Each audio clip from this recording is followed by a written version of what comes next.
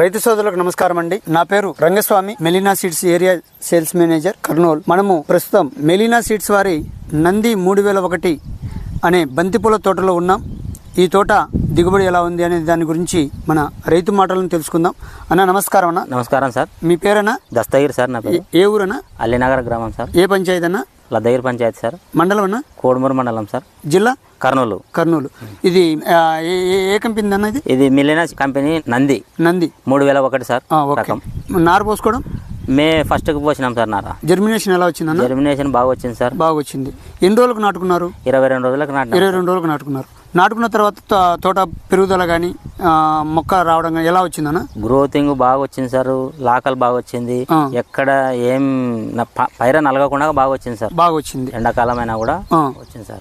ఎన్ని రోజులకు వచ్చిందన్న కటింగ్? First cutting